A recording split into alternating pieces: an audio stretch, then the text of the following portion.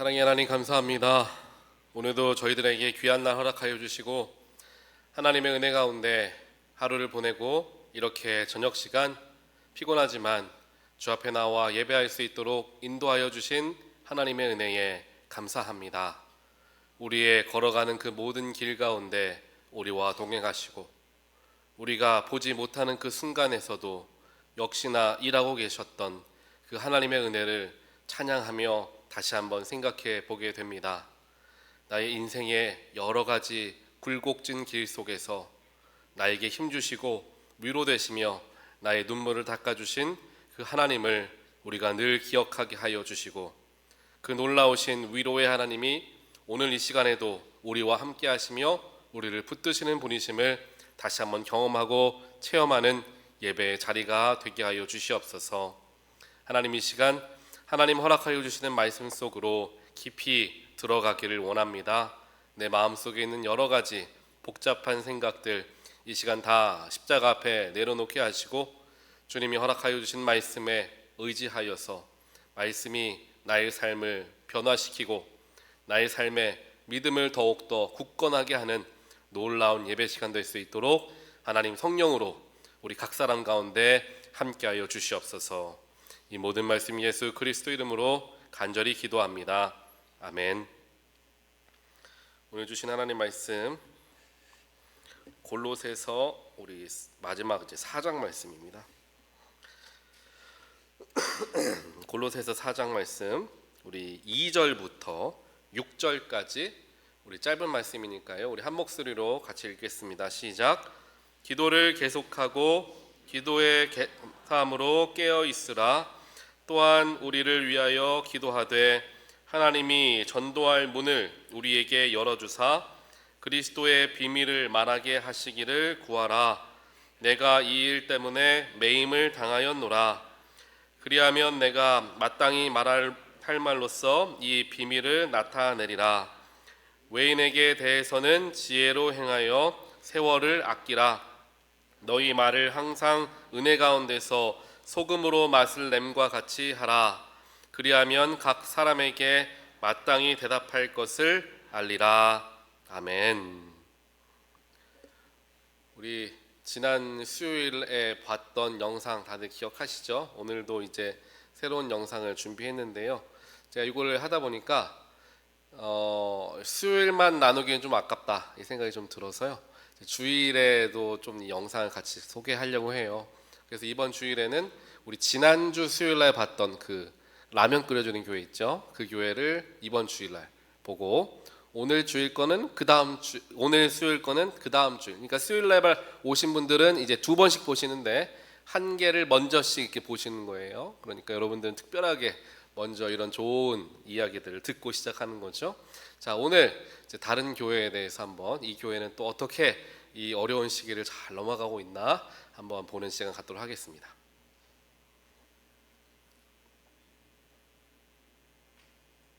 교회 학교가 무려 10배나 성장한 교회, 30명이던 교회 학교가 14년 만에 무려 300명으로 성장한 교회가 있습니다. 강원도 원주에 위치한 충정교회인데요.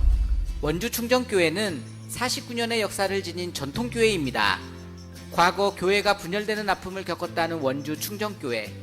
최규명 담임 목사님의 부임 이후 지금까지 역동적인 성장을 이어오고 있다고 합니다. 특히 지금은 3040 젊은 세대가 많이 늘었다고 하는데요.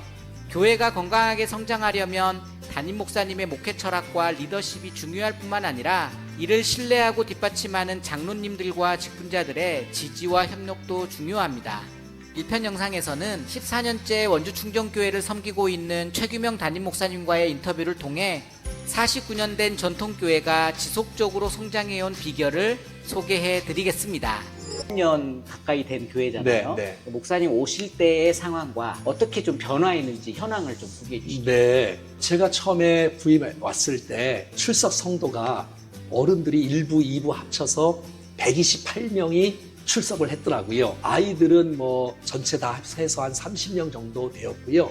지금 13년 4개월이 지났는데 어른들 한 800명 정도 출석하면 예배 드리고 있고 교육부서가 한 300명 정도 총 해서 한 1,100명 정도가 예배드리고 있는 교회입니다. 저희 교회는 교사들이 100명이 넘고 그리고 찬양대가 100명이 넘고 찬양팀이 100명입니다.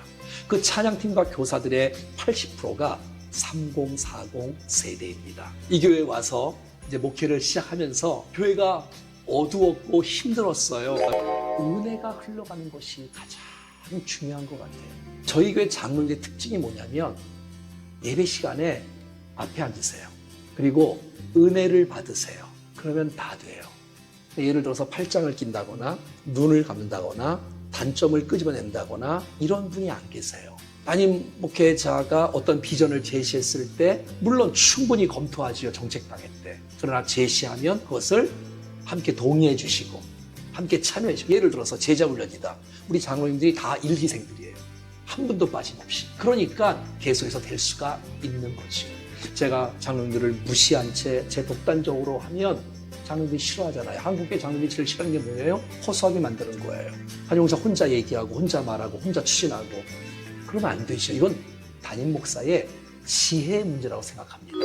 최규 목사님이 저희 교회에 부임하시고 나서 교육부서 담당하는 안수 집사였는데 목사님께서 교육부서에 대해서 이렇게 강조를 하시고 한국교회에 볼이 되어지는 다음 세대를 한번 만들어 보고 싶다는 그런 의지도 말씀하시더라고요. 좋은 목사님 만나서 다음 세대를 꿈꾸는 비전을 갖게 하시고 또 그것이 저뿐이 아니라 우리 성도들 모두가 그런 비전을 갖고 또 이 시대에 살아가면서 의미 있고 가치 있는 일에 저희들이 함께 할 수 있는 것 그런 것들이 좋았던 것 같습니다. 왜 장로가 꼭 예산이나 깎고 또 교회 뭐 하는데 브레이크 거는 또 이렇게 뭐 견지하는 존재로 있는지 사실 나도 뭐 그런 부분이 없는 건 아니겠지만 꼭 필요한 건 해야 되지만 그렇지 않으면 좀 같이 잘 연합해서 맞춰가면 좋지 않겠나 그런 생각을 가지고 저는 기본적으로 원로 목사님한테 그런 걸 배운 것 같고요. 또 그런 훈련을 받았어요. 목회자 젊으신 뭐 전도사님이 오셔도 절대 하대 안 하고 존중하고. 네, 이 풀 영상은 나중에 유튜브를 통해서 보실 수 있겠는데요. 제가 쭉 보니까 이 교회는 제가 지난주에 소개해드렸던 그 교회 같이 여러 가지 아이들이나 젊은 세대들이 좋아할 수 있는 교회의 프로그램 혹은 교회의 그런 공간을 만드는 것을 통해서 이제 부흥을 크게 했다라기보다는 기본적인 교회 전체의 방향이 젊은이들에게 향하고 있었다. 그게 가장 큰 핵심인 것 같아요. 지금 이 교회 원주 교회의 이제 성장의 핵심이 바로 그와 같습니다. 그래서 이제 성도님들이 오늘 뭐 장로님들 얘기만 계속 나오니까 좀 그렇지만 이제 권사님 할 것 없이 모든 성도들이 이제 3040과 또 우리 교회 학교를 위해서 어떻게 우리 교회가 체질을 바꾸고 변화할 수 있을까에 대한 관심을 굉장히 쏟기 시작했던 거예요. 이 교회가요. 그러다 보니까 이제 우리 교회 안에 당연히 오늘 아까 시작할 때 보셨지만 처음에는 1, 2부 합쳐서 120, 30명이었대요. 딱 우리 교회 정도 되거든요. 그리고 아이들 30명. 우리도 뭐 교회 학교 또 뭐 한글 학교, EM 뭐 합치면 그 정도 되겠죠. 그러니까 거의 우리 교회랑 비슷한 정도의 사이즈였던 거예요. 그리고 저희 교회도 이제 한 40년, 50년 정도 되는 저희 교회랑 비슷한 사정이죠. 그런데 그 이야기는 처음 시작했을 때 이 목사님이 부임하셔서 시작했을 때에는 성도님들의 연령대가 굉장히 높았다라는 이야기겠죠. 그렇지만 그런 높은 연령대의 성도들이 있었지만 이제 마음을 함께 합해서 차세대를 위해서 이제 올인을 한 거죠. 한마디로 우리가 가진 것들을 한번 열심으로 하나님 기뻐하시는 방법으로 사용하여서 우리 새로운 세대를 품어내자라는 마음으로 장로님부터 집사님, 권사님, 성도들까지 한 마음으로 움직였기 때문에 이러한 일들이 이루어졌다라는 게 이 영상의 핵심이 됩니다.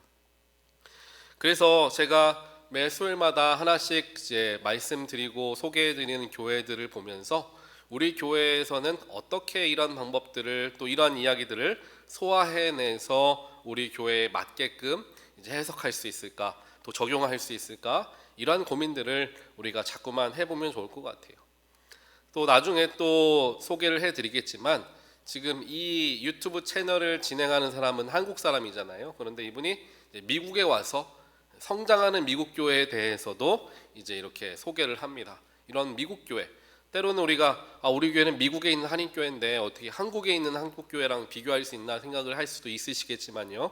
이제 미국 교회들 중에서도 그렇게 성장하는 교회가 있고, 또 미국인 교회뿐만 아니라 미국에 있는 한인 교회들 중에서도 근 10년 안에 성장하고 있는 교회들이 분명히 있다라는 것을 우리가 기억했을 때, 우리도 함께 힘을 합하여서 기도함으로 나아갈 때 하나님이 놀라운 그 비전을 보여주시리라 생각을 합니다. 이를 위해서 많은 성도님께서 함께 기도해 주시고, 또 우리 교회가 어떻게 나아가야 할지도 한번 고민해 주시기를 부탁을 드립니다. 오늘 말씀이 이제 골로새서 마지막 4장 말씀인데요. 오늘 말씀이 결국엔 다 맞닿아 있어요. 그래서 이걸 제목은 나를 살리는 전도예요. 이제 전도에 대한 이야기가 나옵니다. 오늘 골로새서 4장에서는요. 전도는 우리 여러분 전도한다라고 하면 무슨 얘기입니까? 죽어가는 영혼을 살려주는 전도죠. 누군가를 내가 살리는 게 전도예요. 그런데 오늘 말씀을 보면은 누군가를 살리는 것뿐만 아니라 나 역시 살리는 게 전도더라, 이거예요. 우리는 때때로 생각합니다. 전도라는 것은 내가 준비되고, 내가 하나님 잘 알고, 내 믿음이 든든하게 굳게 서서 내가 이제 흠이 없는 사람으로 섰을 때 그때 하는 게 전도지 라고 생각합니다. 교회도 마찬가지예요. 교회 전도, 교회 선교한다 이렇게 했을 때 교회가 어느 정도 안정이 되고, 우리 교회 안에서 먼저 이게 화합이 일어나야지 선교도 하고 전도도 하는 것 아닙니까? 맞는 것 같아요. 그런데 오늘 말씀을 보면은 그게 꼭 맞지는 않을 수도 있다라는 거예요. 전도라는 것은, 또 선교라는 것은 준비된 자가 하는 게 아니라 선교와 전도를 감당하면서 더 크게 준비되어질 수 있는 길들이 열리는 게 바로 선교와 전도가 되어진다. 그 이야기를 사도 바울이 골로새 교회 교인들에게 강조하면서 마지막 골로새서 말씀을 마치게 된다는 거예요. 그만큼 중요하다는 거죠. 왜냐? 당연합니다. 사도 바울은 삶의 모든 걸 다하여서 전도하는 데 모든 걸 쏟은 사람이에요. 그의 머릿속에는 전도밖에 없었습니다. 복음 선포, 예수 그리스도, 어떻게 하면 한 명이라도 더 복음을 전하게 받게 할 수 있을까? 이게 가득 차 있던 사람이었기 때문에 어느 교회나 서신을 보낼 때에는 이와 같이 선교와 전도에 대해서 강조하는 것을 보게 된다는 거죠. 우리가 쭉 한번 살펴보도록 하겠습니다.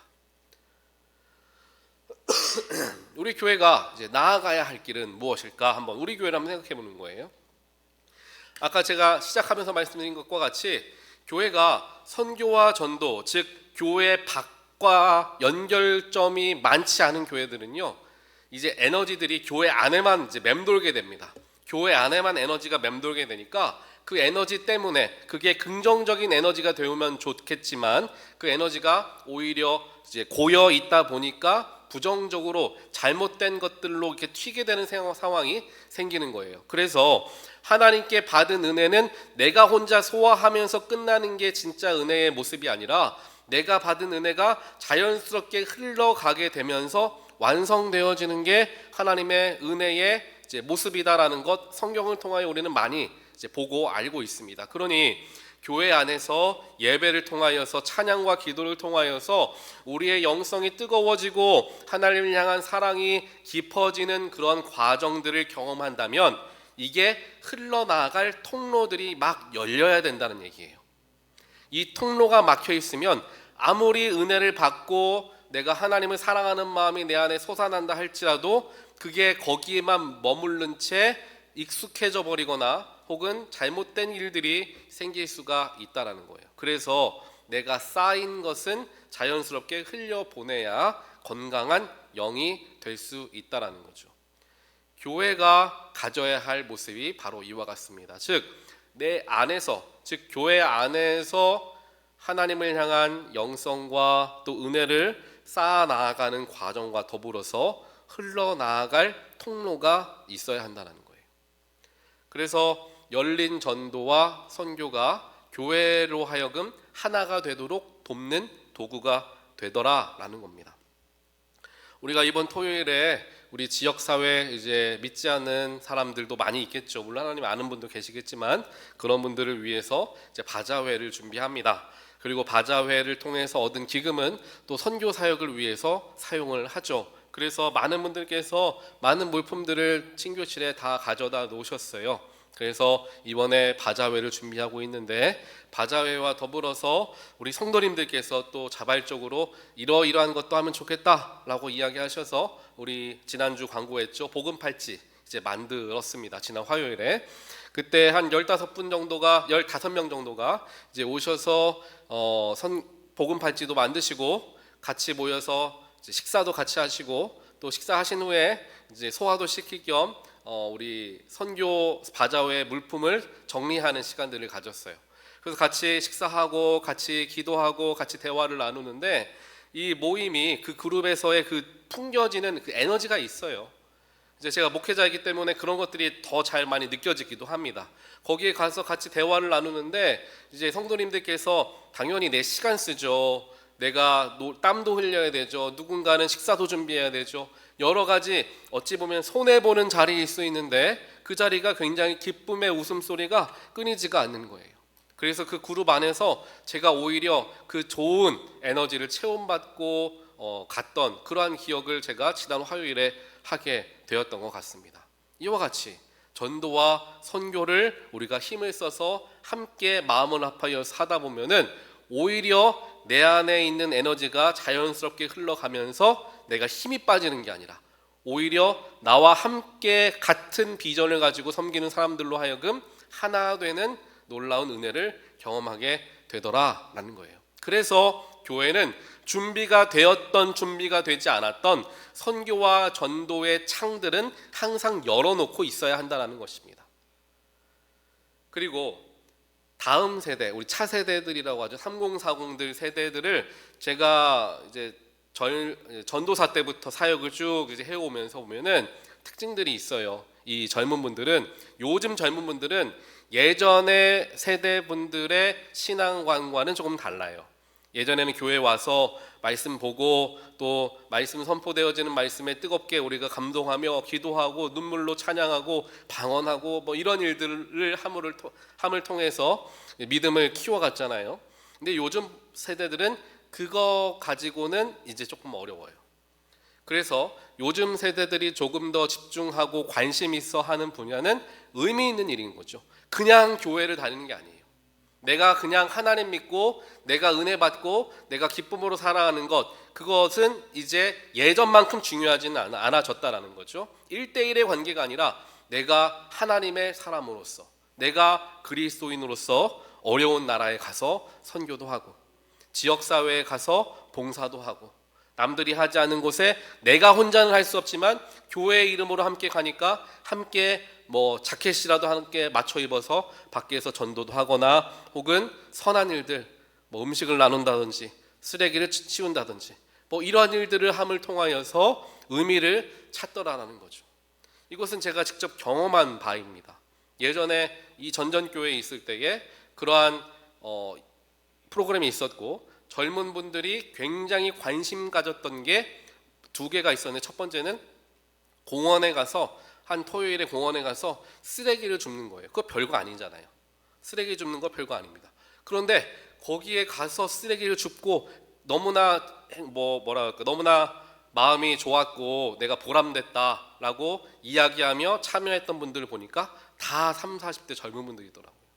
그러니까 그분들은 뭔가 의미 있는 일에 동참하기를 원한다라는 거죠. 교회가 그렇게 체질을 조금 바꿔갈 필요가 있다라는 거죠. 교회 안에서만 우리끼리만이 아니라 뭔가 의미 있는 거, 그런 것들이 오히려 교회를 세우게 되고 젊은이들이 교회를 올 수 있는 통로가 되어진다라는 거죠. 그래서 전도는 마찬가지로 누군가를 살리는 것이 아니라 살리는 것만이 아니라 교회 역시 살리는 길이 바로 전도와 선교가 되어진다는 거죠. 자, 첫 번째 오늘 말씀에서 발견할 수 있는 것은 2절에 나와 있습니다. 이 전도를 위해서, 그러면 이제 전도를 어떻게 해야 되는가 이걸 보는 거예요. 첫 번째, 끈질기게 기도하되 감사로 깨어 있으십시오. 전도에 있어서 선교에 있어서 제일 중요한 건 기도잖아요. 누군가를 생각하며 내가 전도할 사람을 생각한다거나 혹은 내가 누군가 정해놓지 않더라도 어떤 한 영혼을 하나님 내가 꼭 전도하게 해주십시오 라는 그러한 기도의 마음, 기도가 쌓여야 되는 거예요. 기도가 쌓여야 되는 거예요. 오늘 말씀 2절을 보면요, 오늘 말씀 2절에 기도를 계속하고 기도에 감사함으로 깨어 있어라 라고 이야기를 합니다. 근데 여기에서 기도를 계속하다 라고 하는 그 단어를 헬라어로는 조금은 어렵지만 이제 뭐라고 표현하느냐, 프로스 카르테레오 라고 표현해요. 이게 뭔 얘기냐면 두 가지가 합쳐져 있는 단어예요. 이게 프로스는 무엇을 향하여 라는 뜻이고요, 이제 카르테레오는 힘을 다하다, 힘을 다한다 라는 거죠. 그냥 기도가 아니라, 기도를 그냥 계속하는 게 아니라 무언가를 향하여서 힘을 다해 기도하는 것을 의미한다는 거죠. 즉 사도 바울은 전도를 하기 위해서 전도 대상자를 향하여서 쉬지 않고 끊임없이 힘을 다하여 기도를 쌓아야 한다, 그 이야기를 먼저 하는 거죠. 이 프로스카르테레오라는 단어가 이제 여러 군데에 쓰이는데요, 첫 번째로는 그 당시에 고대 시대에 이제 전쟁 때 쓰여졌던 전쟁 용어였어요. 그래서 포위전을 할 때 어떤 성의 문이 닫혀져 있지 않습니까? 근데 그 문이 열릴 때까지 계속해서 공성을 하면서 끈질기게 매달려서 그 전쟁에서 승리하게 되는 것, 그때에 이 프로스카르테레오라는 단어를 사용했다라고 그래요. 그리고 또 하나는 이제 사도행전 8장에 나와 있는 말씀 중에 나와 있는데, 여러분들 다들 기억하실 이제 시몬 있어요. 시몬, 마술사 시몬 있죠. 빌립이 예수 그리스도의 능력으로 놀라운 기적들을 일으키니까 이 마술사 시몬이 그 빌립에게 감동받아서 빌립의 곁을 떠나지 않고 계속 졸졸졸 쫓아다닙니다. 물론 그의 의도는 꼭 좋지 않은 의도였긴 했지만 그때 쓰였던 단어가 프로스카르테레오예요. 떨어지지 않고 끈질기게 이 사람이 그만 따라오라고 말할지라도 계속해서 따라가는 것을 의미하는 거죠. 그래서 전도와 선교를 위해서 우리가 먼저 해야 될 것은 기도를 하는 것이 돼, 그 기도는 그냥 기도가 아니라 끈질기게 그 사람과 대상을 생각하며 항상 붙어 있는 것과 같이 기도를 쌓아야 한다, 그 이야기를 먼저 2절에서 이야기를 하는 거예요. 그리고 나서 중요한 부분이 있는데요, 그 뒤에 기도를 계속하고 기도에 감사함으로 깨어 있으라. 전 여기에서 조금 궁금했어요. 기도를 계속하라 라고 하면 될 텐데 기도를 계속하고 기도에 감사함으로 깨어 있으라, 좀 뭔가 다른 이야기들을 붙여놓은 것 같이 느껴지는 거예요. 그래서 이것을 조금 더 깊이 있게 살펴보니까 이런 의미가 담겨져 있는 거죠. 기도를 계속하다 보면 거기에 두 가지의 위험이 찾아올 수 있다는 거예요. 첫 번째, 형식화, 즉 영혼 없는 반복. 내가 누군가를 위해서 계속적으로 기도하다 보면, 예를 들게요, 가족을 위해서 기도하는데, 복음을 받지 않은 가족들을 위해서 기도하는데 가족 구원이 생각처럼 쉽지가 않잖아요. 그러다 보니까 이제 뭐 한 달, 두 달 기도한다고 되는 게 아니잖아요. 1년, 2년 기도해서 응답받으면 참 감사하죠. 어떤 분들은 뭐 5년, 10년씩 기도할 거예요. 그렇게 계속해서 매일같이 기도하는 기도의 제목 중에 하나가 되다 보니까 그게 형식화되고 영혼이 없는 반복이 되는 기도가 되어질 수 있다라는 그러한 위험이 있다는 거예요. 두 번째로는 불평이 나올 수 있다는 거예요. 5년, 10년 동안 기도하는데 하나님 왜 응답 안 해주십니까? 내가 이 사람을 위해서 그렇게 열심히 기도하고 하나님 믿게 하려고, 예수 믿게 하려고 그렇게 애를 쓰는데 하나님 왜 안 들어주세요? 언제 들어주시나요? 라고 불평할 수 있는 일이 생긴다라는 거예요. 이 두 가지, 그러니까 이 끈질긴 기도를 통하여서 나타날 수 있는 이 형식화와 불평화를 다스리기 위해 필요한 게 감사라는 거죠. 그래서 감사는 기도의 연료다라는 거예요. 이건 무엇을 의미하느냐? 내가 기도를 하되, 내가 누군가를 위해서, 전도를 위해서, 선교를 위해서 기도를 하는데 그게 지금 당장 눈에 띄는 결과가 나타나지 않는다 할지라도 그 속에서 내가 형식적으로 기도하지 않고 불평하는 기도가 되지 않기 위해서 감사가 함께 쌓인 기도가 되어야 한다는 거죠. 하나님 그래도 나라도 그 사람 위해 기도할 수 있게 해주셔서 감사합니다. 나라도 그렇게 열심으로 기도할 수 있는 사람을 그 사람에게 붙여주셔서 감사합니다. 내가 먼저 하나님 만나게 하시고 누군가를 위해서 기도할 수 있게 해주셔서 감사합니다. 이 감사가 가장 기초가 되었을 때 이 두 가지의 어려움들이 극복되어질 수 있다. 이 이야기를 하기 위해서 사도 바울은 기도에 감사함으로 깨어 있으라, 그 감사를 묶어서 표현한 거예요. 그냥 끈질기게만 기도하지 말고 끈질기게 기도하되 가장 기본의 기도의 기본은 감사가 되어야 한다라는 거죠. 자, 그 다음 보면 두 번째 오늘 발견할 수 있는 전도의 방법, 지혜롭게 다가가서 때를 잡고 맞는 농도로 말하십시오라는 거예요. 이게 지금 이 두 번째 세 가지가 담겨져 있어요. 이제 5절과 6절에 나와 있습니다. 자, 5절에 보면은 외인에 대해서는, 외인 즉 하나님 믿지 않는 사람들 얘기하는 거예요. 외인에게 대해서는 지혜로 행하여서 세월을 아껴라 라고 그 얘기를 합니다. 지혜롭게 다가가라, 첫 번째 얘기하죠. 이 지혜는 우리가 어디서 어떻게 얻습니까? 지혜는 우리가 들음을 통하여서 이제 얻게 되는 게 지혜라는 거예요. 듣지 않으면 우리 안에 지혜가 쌓일 수가 없습니다. 지혜라는 것은 내가 가지고 있는 고집이라든지 내가 가지고 있는 고정관념이 맞는 것인 것처럼 그것을 스스로가 계속해서 되뇌이는 게 지혜가 아닌 거예요. 내가 몰랐던 것, 내가 경험하지 못했던 것을 들음을 통하여서 깨닫게 되는 것, 그걸 두고 우리가 지혜라고 하죠. 그 지혜를 얻기 위해서는 먼저 우리가 귀를 열고 눈을 떠야 된다는 거죠.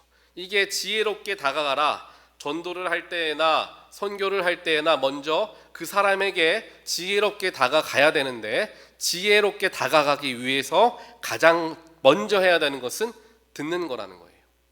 그 사람의 삶을 내가 들어야 돼요. 그 사람의 형편을 내가 들어야 합니다. 전도 대상자에 대한 이야기를 내가 들을 줄 알아야 돼요. 내가 혼자 열심히 복음을 전하고 내가 혼자 열심히 예수님에 대해서 막 침이 튀겨라 이야기를 한다고 해서 그 사람이 변화되어지는 게 아니라는 거예요. 가장 먼저 사도 바울이 가르쳐준 방법은 지혜를 얻기 위해서 그 사람의 이야기를 들으라라는 거죠. 귀를 열고 눈을 떠서 그의 형편을 보면 지혜가 쌓인다는, 이 사람에게는 무엇이 필요하구나. 이 사람에게는 내가 예수님의 위로가 필요하구나. 이런 것들을 알아야 된다는 거죠. 그래서 전도할 때 가장 중요한 게 사람이 타입이 두 가지거든요. 첫 번째 타입은 뭔가 강하게 이야기했을 때 그 강한 어조나 강한 권면에 마음이 움직이는 사람이 있어요. 그래, 저렇게 강하게 말씀하시는데 그렇게 의미가 있으니까 나에게 강하게 말씀하시겠지 라고 받아들이는 사람이 있고요. 또 어떤 사람은 강하게 얘기하면 반발을 일으키는 사람이 있어요.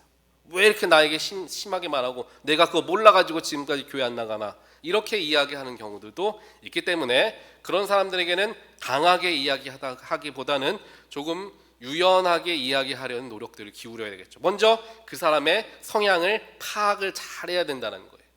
그래서 내가 전도할 때 배웠던 것은 강력하게 얘기하는 겁니다. 누구에게나 동일하게 적용된다는 게 아니라는 거죠. 사람에 따라서 전도의 방법은 다 다를 수밖에 없다라는 거죠. 그래서 전도 대상자에 대한 삶과 형편과 마음을 내가 들으려 해야 되고 눈을 뜨려 해야지 먼저 말만 하려고 하면 안 된다라는 그 얘기를 하는 거예요. 그러면서 마찬가지로 전도 대상자는 하나님이 사랑하시는 한 존재이기 때문에 바라보는 시선이 달라지면 관계가 달라진다라는 거죠. 그냥 내가 전도 대상자, 이 사람 내가 전도해야 될 사람, 뭔가 사물이라든지 내 목표로 두는 게 아니라 하나님의 사랑받는 귀한 존재로서 그 사람을 바라볼 줄 알아야 한다는 거죠. 그 시선이 바뀌어야지 내 마음도 같이 열리는 거고, 내 마음이 열리면 그 사람 마음도 자연스럽게 열릴 수밖에 없어요. 자, 한 사모님이 계셨어요. 한 사모님이 전도를 하는데 사모님인 것을 숨기는 거죠. 그래서 그냥 동네 엄마, 친구들의 엄마로 이제 서로를 알아가게 됐어요. 그러면서 자연스럽게 기도를 함께 하게 되고 하나님의 이야기에 대해서 자연스럽게 이제 이야기를 할 순간들이 찾아오는 거죠. 그러다 보니까 이 사모님은 다른 분들하고 사모의 관계, 사모와 평신도의 관계로 관계가 쌓인 것이 아니라 친구의 관계로 그게 쌓인 거예요. 친구의 관계로 쌓이다 보니까 교회의 문턱이 조금 낮아지는 거죠. 만약 처음부터 그분이 사모님이라는 것을 알았다고 한다면 다른 분들이 굉장히 대하기가 어려워했을 거예요. 사모님이니까 친구로서 다가가기는 어렵죠. 그래서 일부러라도 사모라는 것을 숨기고 이렇게 친해져서 관계가 쌓이면서 자연스레 기도하고 말씀 보고 이런 일들을 나누다 보니까 내가 우리 아이들에 대해서 기도하고 있는데 이렇게 기도하고 있다, 이런 이야기를 했을 때 하나님 모르는 엄마라고 하더라도 자녀를 위해서 기도한다, 이런 게 중요할 수 있겠구나라는 것을 생각해 보게 된다라는 거죠. 그렇게 관계가 쌓이니까 자연스럽게 전도한 것도 아니었는데 5, 6명의 엄마들이 아이들과 함께 교회로 오게 되어서 여전히 사모가 아닌 이름으로 그 부르는 친구의 관계로 남아있는 그런 사모가 있다라는 거죠. 요즘에 사모님들의 활약이 대단합니다. 대단해요. 요즘에 유튜브나 이런 데 보면요, 시골 개척교회의 사모님이라고 해서 사모라고 해서 그 개척교회에서 교인들에게 식사 준비를 막 하는 영상을 찍어서 올리는 사모님이 계세요. 그렇게 영상을 찍어서 올리는 게 사람들에게 굉장히 많이 주목받게 되어서 이제 TV에도 나오고, 지난번에는 한 달 전인가 여기 샌디에고에 가서 이제 간증도 하시고 이런 일들을 하시는 거예요. 그만큼 사모님들의 역할이 많아졌는데 마찬가지라는 거죠. 결국에 무언가 전도하기 위해서 접근하는 게 아니라 그 사람을 내가 알고 싶고 그 사람의 이야기를 듣고 싶은 마음으로, 즉 관계의 그 틀로서 다가가다 보니까 그 길이 더 깊게 열리더라, 그 이야기를 이제 하는 거죠. 자, 그 다음에 5절에서 마지막 부분에 세월을 아껴라 라고 이 부분이 나와요. 세월을 아껴라. 이 세월을 아껴라 라는 것도 헬라어로는 이제 크로노스가 있고 카이로스가 있는, 이제 카이로스라는 단어가 여기서 쓰여요. 크로노스는 일반적인 흘러가는 시간이라고 한다면 카이로스는 하나님의 시간이죠. 하나님의 때인 거예요. 그래서 세월을 아끼라, 여기 5절에 있는 후반에 세월을 아끼라, 이 성경책의 각 줄을 보면요 뭐라고 되어 있냐면 기회를 사라 라고 써 있어요. 세월을 아끼라가 아니라 기회를 사라. 즉 무슨 얘기입니까?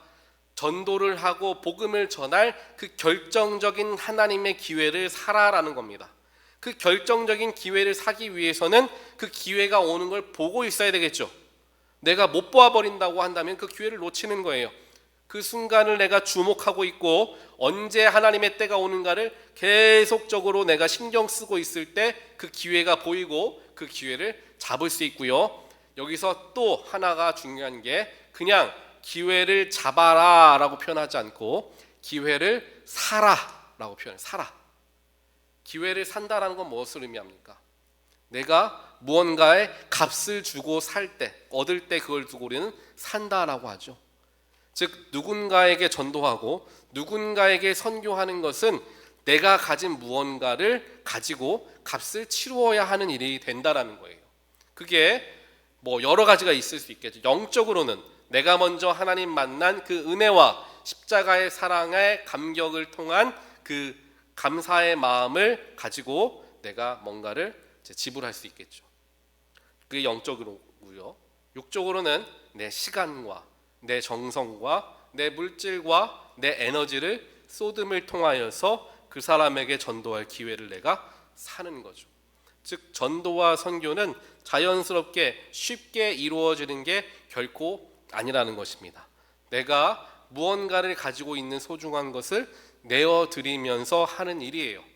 그런데 그렇게 하는 전도가 소모적인 전도만 되는, 소모적인 영적인 나에게, 즉 전도하는 사람에게 소모만 되는 것은 아니에요. 그건 조금 이따 제가 한 번 더 말씀드리도록 하겠습니다.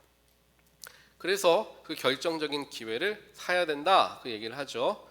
이제 그 다음에 마지막으로 6절, 이제 마지막 절입니다. 너희 말을 항상 은혜 가운데서 소금으로 맛을 냄과 같이 하라. 말을 할 때에 하나님의 은혜 안에서 소금으로 맛을 냄과 같이 하라라는 거예요. 여러분들 가끔씩 그런 경험 있지 않으십니까? 뭐 국밥을 먹을 때에 국에 보통 간을 해야 되잖아요. 그래서 간을 했는데 너무나 많이 넣어가지고 국이 짜진 적이 있으실 거예요. 그럴 때 그런 것을 우리가 하지 않기 위해서 어떻게 합니까? 예방하기 위해서 조금씩 소금을 넣거나 먼저 국을 먹어보고 나서 소금을 넣을지 안 넣을지를 정하겠죠. 이와 같이 소금이라는 것은 내가 국이 지금 싱거우니까 내 소금을 넣어야 되겠다라고 생각해서 한 움큼 꽉 잡아가지고 소금을 확 넣어버릴 수는 없다라는 거죠. 말씀에서도 그렇죠. 그게 마치 우리의 말과 같다는 거예요. 내 말을 할 때에 마치 소금으로 맛을 냄과 같이 간을 맞추는 것 같이 아주 세밀하게 조금씩 넣어가면서 그 맛을 맞추어 나가야 한다는 거죠. 이 얘기는 뭔 얘기냐? 예수 그리스도의 복음을 전하는데 당신 복음 들으셔야 돼요. 십자가 믿으셔야 돼요. 예수님이 당신 위해서 죽으셨어요. 다 맞는 말입니다. 다 맞는 말인데 지금 이 사람에게 내가 너무나 큰 걸 한 번에 줘버리게 되면 그 사람이 그것을 잘 받아들이기는 어려울 수 있다는 거예요. 너무 많이 넣어버리게 되면 먹을 수가 없죠. 그렇기 때문에 이 사람에게 맞는 농도로 복음을 전하고 말을 해야 한다는 거죠. 그런데 또 반대로 생각하면 그러면 이 사람 상태를 내가 생각하면서 복음에 대해서 주저하면서 살짝만 얘기하다 보면은 또 너무나 부족해지는 것 아닌가 이런 생각이 들 수도 있을 거예요. 그렇기 때문에 중간이 중요하다는 거죠.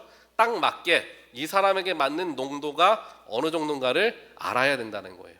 그래서 이것을 하기 위해서 아까 5절에서 얘기했죠. 지혜로 행하라. 즉 그 사람의 형편과 그 사람의 성향과 그 사람의 믿음의 수준을 먼저 파악해야지 그 사람에게 맞는 농도를 찾게 되고 거기에 맞게끔 내가 복음을 전할 수 있게 된다는 거예요.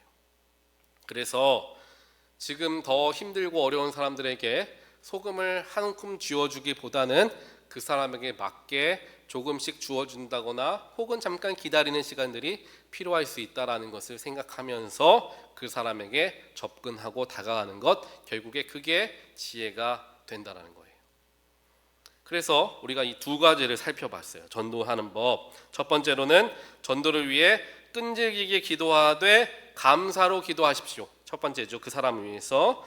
두 번째로는 지혜롭게 다가가서 즉 그 사람의 이야기와 삶을 알으라는 거죠. 그리고 때를 잡아서 때를 사고 마지막으로 맞는 농도로 이야기하는 게 진짜 전도의 방법이 됨을 사도 바울, 그 전도의 대가인 사도 바울이 전도법을 우리에게 알려주고 있는 거예요. 그런데 아까 말씀드린 것과 같이 전도를 하고 선교를 하는 것은 내 에너지와 내 시간과 내 물질을 너무나 많이 소모해야 되는 일입니다. 그렇기 때문에 내가 지금 형편이 안 되면, 내가 지금 마음이 어려우면, 내가 지금 부족하면 선교 전도 어렵다 생각할 수가 있어요. 그런데 사도 바울, 즉 전도의 전문가인 사도 바울은 그게 아니다 이 얘기를 하죠. 자, 그 세 번째, 전도하면서 그리스도의 비밀을 더 깊이 알게 되더라라는 거죠. 오늘 말씀 그거는 3절과 이제 4절이에요. 특별하게 3절을 보게 되면 우리를 위하여 기도하되 하나님이 전도할 문을 우리에게 열어주사 그리스도의 비밀을 말하게 하시기를 구하라. 내가 이 일 때문에 매임 당하였노라. 그리하여 내가 마땅히 할 말로써 이 비밀을 나타내리라. 이 이야기를 한단 말이에요. 이 말은 무슨 말이냐? 전도를 함을 통하여서, 즉 전도의 말을 함을 통하여서 그리스도의 비밀이 밝혀지게 된다는 거죠. 사도 바울이 지금 부탁하는 게, 골로새 교회 교인들에게 부탁하는 것은 석방을, 지금 감옥에 갇혀 있으니까 석방을 위해 기도해 주세요가 아니라 복음의 문을 열어달라고 기도하는 거예요. 그래서 복음의 문을 열어주셔서 전도의 기회들이 생기고 예수의 복음에 대해서 누군가에게 이야기하다 보면은 예수 그리스도의 비밀을 내가 알게 되더라. 그 얘기를 사도 바울이 하는 거예요.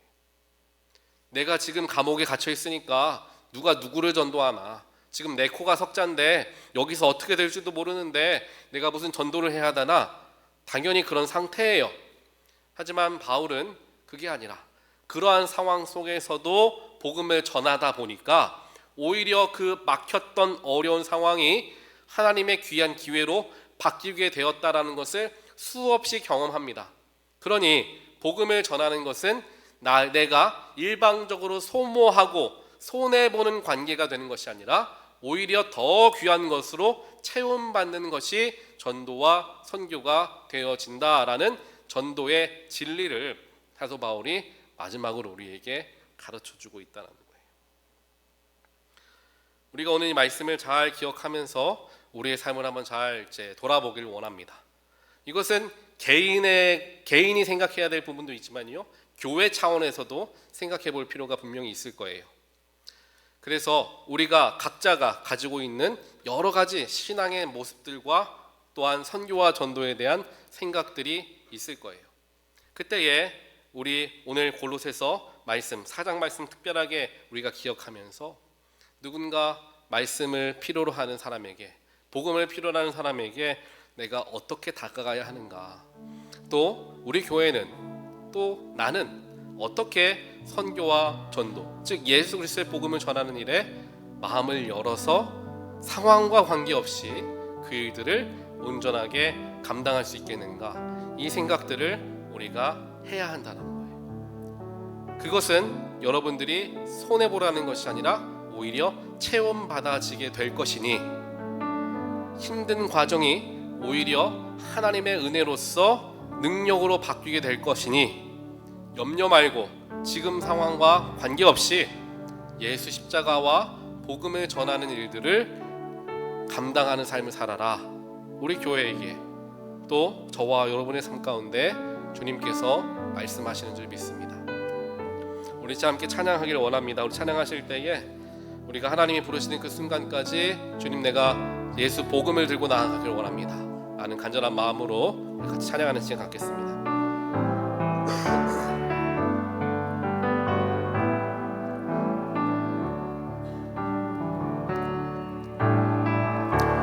주를 위한 이곳에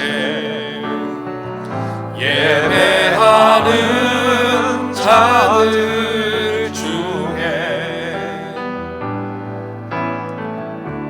그가 찾는 이 없어 주님께서 슬퍼하시네. 주님이 찾으시는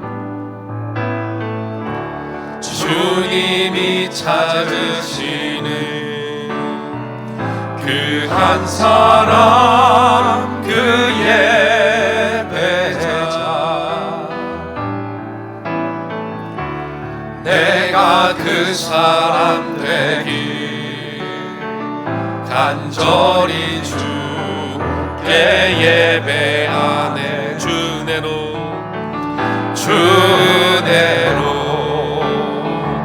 이곳에 서 있네. 주 임재에 엎드려 절하네. 그 어느 것도 난 필요 없네. 주님만 경배해. 주내로 이곳에 서 있네. 주 임재에 엎드려 절하네. 그 어느 것도 난 필요 없네. 주님만 경배해. 잠깐 기도하겠습니다. 하나님 감사합니다. 오늘 골로새서 4장 말씀을 통하여서 주님이 이 시간 우리에게 원하시는 것은 다름이 아닌 생명을 살리는 일, 복음을 전파하는 일임을 다시 한번 상기시켜 주시니 하나님 감사합니다. 우리의 삶을 향한 하나님의 계획하심과 하나님의 뜻 속에서 언제나 최우선이 되었던 것은 생명 살리는 일이었는데, 나의 삶의 여러 가지 어려움 때문에, 내가 가진 기도의 제목 때문에 주님이 가장 원하시고 가장 바라시는 것들은 다 뒤로 밀어두고 하나님 먼저 이게 해결돼야 내가 그것 할 수 있을 것 같습니다. 하나님, 내 문제 먼저 주님께서 해결해 주십시오. 이렇게 주님께 다가갔던 우리들의 연약함을 오늘 감옥에 갇혀 있는 상황 속에서도 전도해야 합니다. 선교해야 됩니다. 이렇게 하십시오. 저렇게 하십시오. 간절하게 외치고 가르치는 사도 바울의 그 심정을 우리에게 보여주시니 하나님 감사합니다. 핑계대며 때에 따라서 지금은 아니고 그런 식으로 모든 것들을 생각하고 바라왔던 나의 연약함을 말씀으로 조명하사 우리와 함께 하시고, 무엇보다 선교와 전도는 감당하면 할수록 힘과 에너지가 빠지는 것이 아니라 오히려 예수 그리스도의 비밀을 더 알게 됨을 통하여 체험받게 됨을 우리가 말씀으로 확인하였사오니 우리의 삶에 적용하게 하여 주시옵소서. 내가 눈물로 기도하는 영혼이 있을 수 있습니다. 우리 교회가 함께 혼자가 아닌 공동체가 감당해야 될 선교와 전도의 자리도 있을 것입니다. 다음 세대를 품기 위해서 우리가 기꺼이 지불해야 할 값이 있음도 우리는 알고 있습니다. 하나님, 이 모든 것 말씀으로 우리에게 깨우쳐 주셨사오니 아는 것으로만 끝나지 않게 하시고 내 마음을 움직이는 말씀 되게 하시며 마음이 움직여 행동으로까지 연결되어지는 놀라운 하나님 말씀 될 수 있도록 우리의 삶에, 우리 살아가는 나섬 훈련교회 가운데 주님께서 성령으로 지금부터 역사하여 주시옵소서. 이제는 나를 위하여 십자가의 모진 고통을 감내하시며 온전한 사랑을 확인하여 주신 예수 그리스도의 놀라우신 사랑하심과 세상 모든 만물을 창조하시고 다스리시며 온 인류를 사랑의 눈으로 바라보시는 하나님 아버지의 한량없는 은혜와 지금도 우리와 함께 하시며 말씀을 듣게 하시고 하나님의 뜻을 발견하도록 인도하여 주시는 성령 하나님의 감화 감동 교통하심이 오늘 예배를 통하여 상황과 환경에 맞을 때만 하는 것이 전도와 선교가 아닌 우리에게 주어진 가장 최우선의 하나님의 소명이자 사명임을 다시 한번 깨닫고 오늘 말씀에서와 같이 지혜롭게 하나님께 의지하며 끈질기게 기도하며 감사로 나아가며 또한 그를 통하여 놀라운 은혜를 체험받는 전도와 선교의 사역을 다시 한번 새롭게 생각하고 다짐하고 돌아가는 하나님의 백성들 머리머리 위에 그들의 가정과 그들의 자녀와 그들의 사업장과 그들의 일터 위에 지금부터 영원까지 함께 하시기를 간절히 축원하옵나이다. 아멘.